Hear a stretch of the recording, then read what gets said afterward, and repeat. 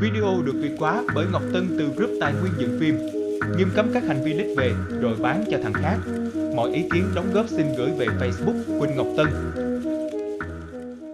Welcome to Adobe Premiere Pro. We have just created our project file and are now ready to start video editing. As you can see, we are now currently in the Edit tab on top. This is where we are going to do all of the editing. We're going to slice up the videos in here. We're going to do motion graphics, audio mixing, color correction, and whatnot. All of that happens in here. Now, as you can see, Premiere exists out of different panels. If I click on these, you will see this blue outline appear around them. Now, panels like these offer different functionalities, which we'll get into in a moment. But you can take any of these, like for instance, the effects controls, and just drag that over to a different location. We can dock that right here next to the program monitor, for instance. So now we have two tabs here on top. But we can also take that and dock it in between, like so. So now we have three panels next to each other. We can make them smaller, like that. We can make them bigger. These panels are just different windows that are docked together. And you could even, if I'm going to unmaximize my Premiere, and drag one of these panels outside of the program, make it appear as a completely different floating window. If I want to dock it again, take the name right here, Effects Controls, and dock it somewhere else, like for instance, right here. Now, let me just maximize Premiere again. I can also go ahead and right-click on any of these panels, for instance, Info, and choose Close Panel. I can do that for Media Browser as well if I want to. And let me just drag some more panels around like that, and this one perhaps here. And oh no, I messed my workspace up. I closed some panels that I shouldn't have closed in, and I put some windows on different locations where I don't want them to be, and I don't know what the default settings were anymore. Oh, this is a mess. Well, don't worry. As you can see here in the top, we've got a menu called Window. Clicking on that reveals all the different panels that we have. So if you by mistakenly closed any of these, for instance, the audio track mixer, you can just click on it and there we go, it is back. And in the worst case scenario, let's go back to Window. I can go to Workspaces, and from here, I can go all the way down to Reset to Saved Workspace. As you can see, I'm currently in the editing workspace, which is a default workspace. And by going back to Reset, I can reset it back to the default workspace. So, don't worry if you've messed it up, you can always reset it. But that means that we can also customize a workspace. We can close certain panels that we don't need. For instance, the library panel is something that I don't need. The info panel, also not. Markers, also not. History, also not. I'm not going to work with audio clip mixer just yet, so let me just close that too. Metadata, not interested. There we go, I've got a much cleaner workspace to work with right now. And I could go ahead and go to Window on top, Workspaces, and then choose to save this as a custom workspace. So let's do that. Here in the bottom, you can say Save as New Workspace after that I've made my adjustments. So I click on that and I can give that a custom name right now. For instance, Workspace Jordy, which is my name. All right, let's hit on OK.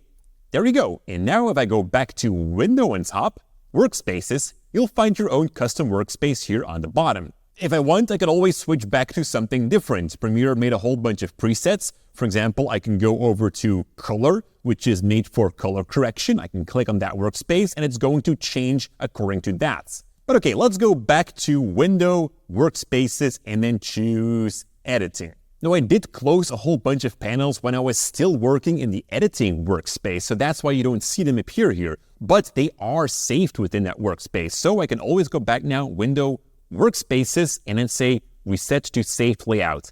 See that we are currently working in the editing workspace.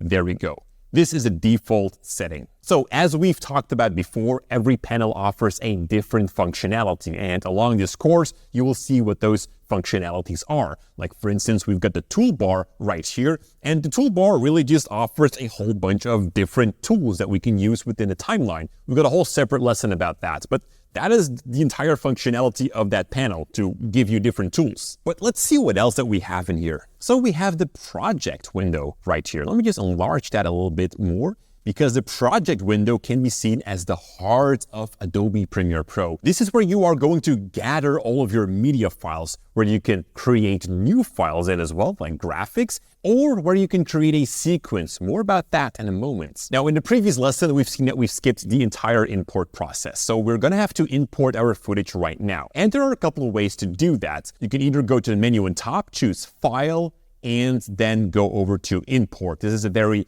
classical way of doing it. But we can also just double click in an empty space here in the project window. So just double click and it will open up your browser as well. Let me just close that again. There is another way of doing it, and that is through the media browser over here. If you can't find media browser, you can always go to the window on top and find media browser from here. And the media browser is just what the name says. From here, we can browse through our computer and look for the media file. So I could go over to my desktop, which is in my C drive, then go over to Users, Cinecon, and then Desktop. There we go. Here's my Iceland travel video. I could right-click on it and choose Import from there. That is one way of doing it. And that is the way that I like doing it, and I also think that most video editors do it that way. If we go back to the project window, we can just drag and drop files in here. So let me just open up my folder. Here it is, the Iceland travel video. And for now, I just want to import all of my assets. Hold down Ctrl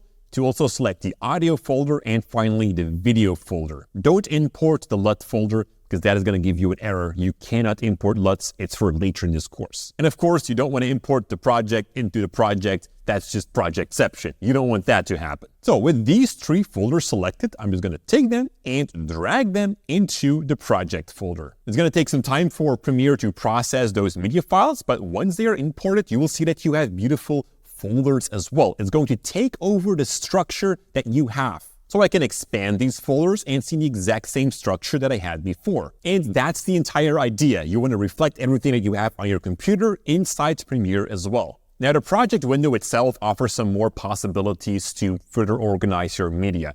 For instance, I can create an extra folder by just clicking here on the button down below, New Bin, or I can always also right-click in here and then choose New Bin. We have the same options in here. So doing that, I have a new folder and I can call that, for instance, Footage. There we go. And I'm going to put all of my footage folders in there. So just select all of them and drag them inside the footage folder. That way you can further organize or tweak your organization inside Premiere. Now you can browse your media files by expanding the folders or collapsing them again, but you can also change the view. Instead of list view that we are currently in, we can also change the view here on the bottom to icon view. So if we do that, you can see that we have icons now instead of a list. We can always go back to here by clicking on List View. It's up to you what you want to work with. Let's open up the footage folder now. Double click on it. And as you've seen here, Premiere automatically opens it up in a new tab. So we still have the project window here, but we also have the footage window now here, which is basically also just a project window. It's the exact same thing. I can go up, which is basically brings me back to the second tab right here, which is my root folder. Now, if you don't want Premiere to constantly open up new tabs, because it will do that, if I'm going to open up the video folder, for instance, we have another tab open. Well, a different way of doing that, and let me just first close those windows. As we've seen before, we can just right-click on them and choose Close Window. Do that for the footage panel as well. There we go. Go back to my project window. What I can do is hold down my Control key on my keyboard and then double-click on the folders to open it up in the existing panel. And I can go back by clicking here on this button on top. All right, let me just browse to my footage folder, video, and finally drone.